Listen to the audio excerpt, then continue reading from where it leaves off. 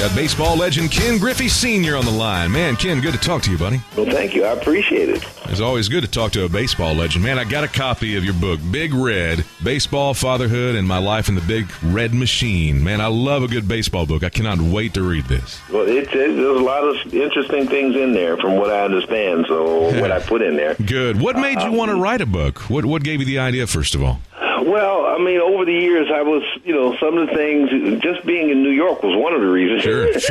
All the things that happened in New York. Yeah, right. Everyone writes about New York when they played there and all that, but it was mostly about, the very conservative things and all the things that happened to me in the situation with the Big Red Machine. I got to say, I did do a little bit of skimming through the book this morning and saw the chapter on Sparky, so I can't wait to read that. What was your relationship with Sparky Anderson like? My relationship after I played with him was always been pretty good.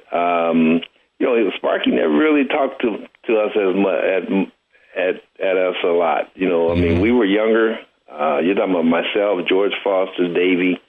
But I respect him because he was the manager of the club, and he was no nonsense. He would take care of what he needed to take care of. And the good thing about it when I played for him.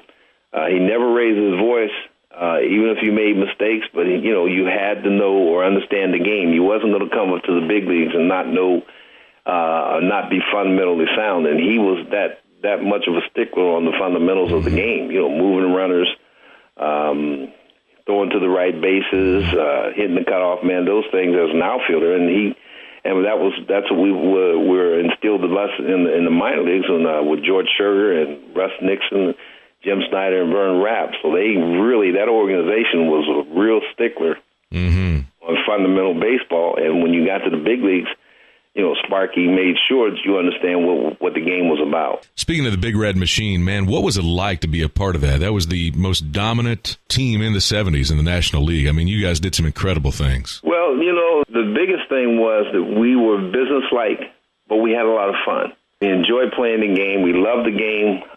We knew those 3 hours or 4 hours when we got out on the field that we had to do our jobs, do our work, but we had fun doing it.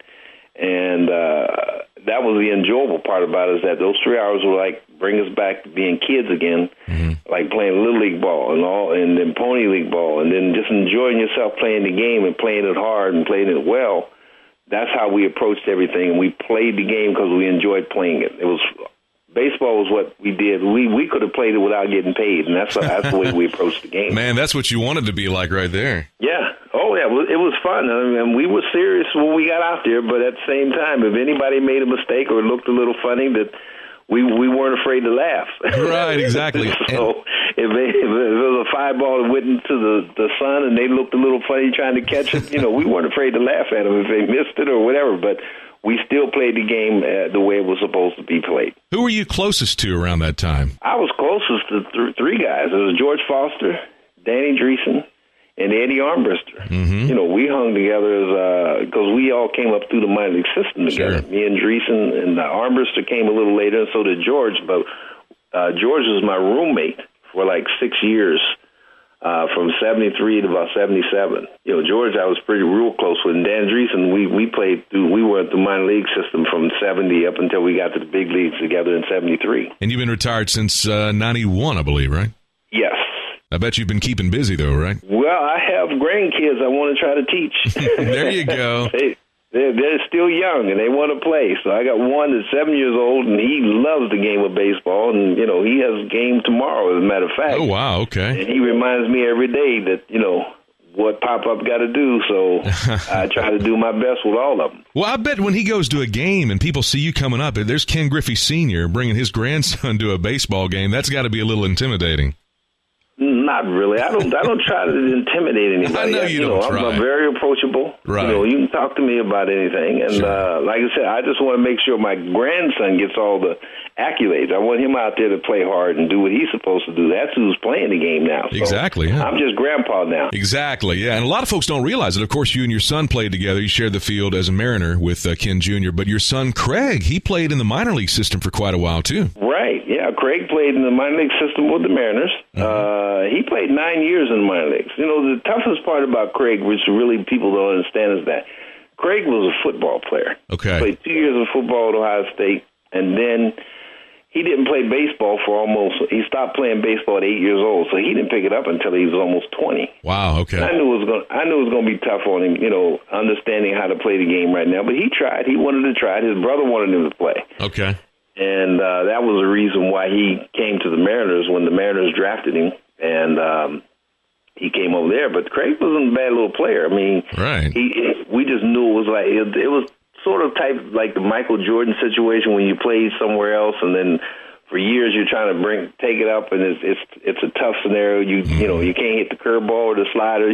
So right. Those things all fell into place for Craig, but he I didn't think he was going to last 9 years, but he played well for 9 years. Well, you've always been a great family man, and tell me, when was it that you first saw some potential in Ken Jr., some real baseball talent? How young was he? Well, when I couldn't strike him out at age 14, that's when I knew I had something special. And man, what a swing too! Did you help him develop that swing? Oh yeah, we worked on that. Man. We worked. I mean, he, as he got older, the funny part is that when he was younger and when he was in the first couple of years of minor leagues and in high school, he tried to emulate me a lot. He Okay, sure. Like I did. Yeah. And I told him, as he got older, and I said, listen, when you get older and stuff, you're going to start changing. You're going to start doing things your way. So by the time he got his second year in pro ball, he started to stand straight up. He knew he can drive the ball out of left field or anywhere in the ballpark.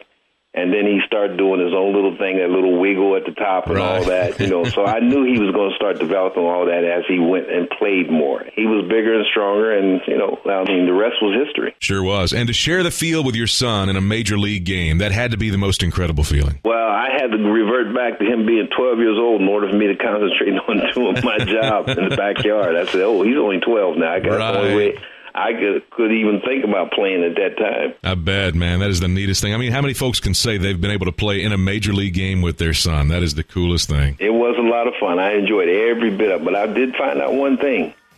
He could play. You are right about that. Well, to our listeners, we encourage you to get Big Red, Baseball, Fatherhood, and My Life in the Big Red Machine, written by the legendary Ken Griffey Sr. Thank you. I appreciate you having me on. You got it. Tell that grandson to go deep, okay? Oh, I will.